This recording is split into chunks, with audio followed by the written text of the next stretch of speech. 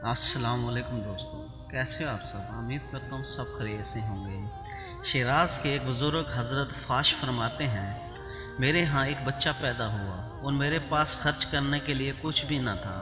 وہ موسم انتہائی سردی کا تھا۔ میں اسی فکر میں سو گیا تو خواب میں حضور صلی اللہ علیہ وسلم کی زیارت نصیب ہوئی۔ میں نے فرمایا، کیا بات ہے؟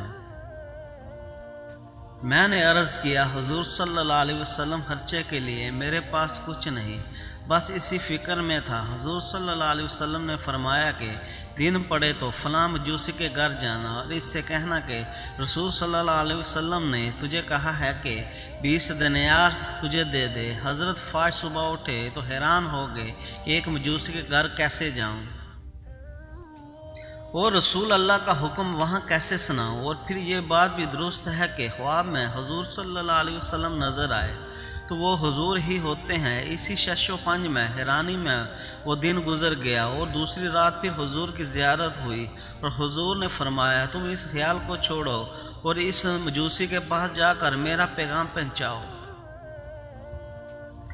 چنانچہ حضرت فاش صبح اٹھے اور مجوسی کے گھر چل پڑے۔ کیا دیکھتے ہیں کہ وہ مجوسی اپنے ہاتھ میں کچھ لیے ہوئے دروازے پر کھڑا ہے۔ جب اس کے پاس پہنچے تو وہ چونکا وہ ان کو جانتا نہ تھا اور یہ پہلی مرتبہ اس کے پاس آئے تھے، اس لیے شرما گئے اور مجوسی خود ہی بول پڑا،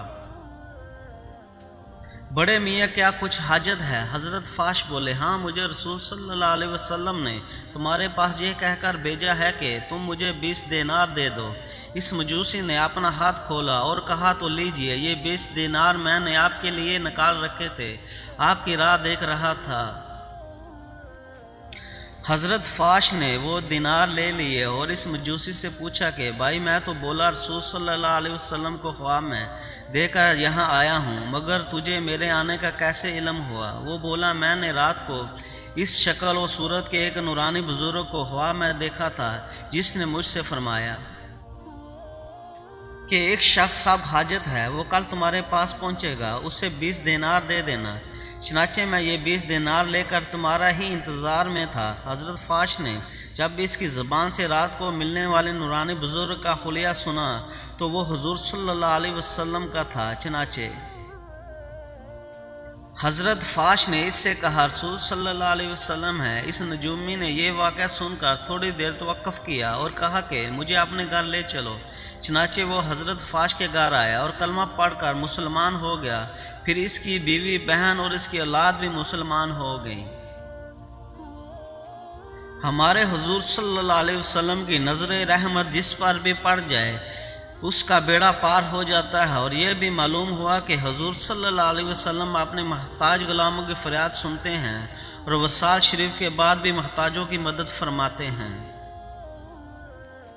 سلطان محمود غزنوی کے پاس ایک شخص ایک چکور لایا جس کا ایک پاؤں نہیں تھا۔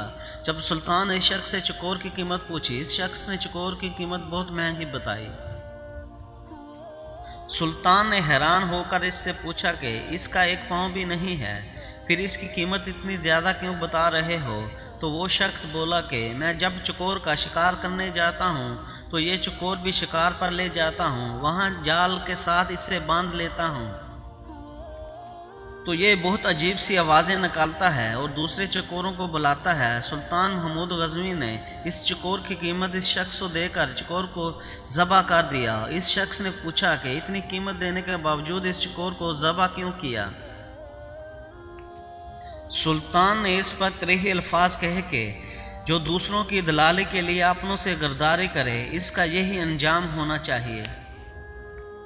خلیجی ملک میں ایک شادی کی تقریب بڑی دھوم دھام سے جاری تھی۔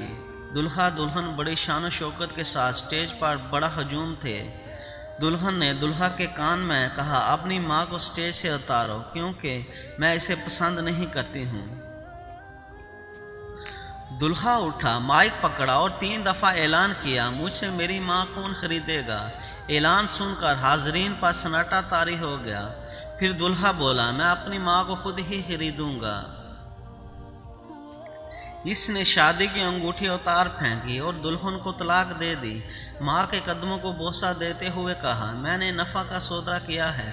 حاضرین میں سے ایک آدمی نے کھڑے ہو کر اعلان کیا، میں اس نوجوان کے ساتھ اپنی بیٹی کا نکاح کرتا ہوں، اور کہہ کر اس سے بہترین خاوند میری بیٹی کو نہیں مل سکتا۔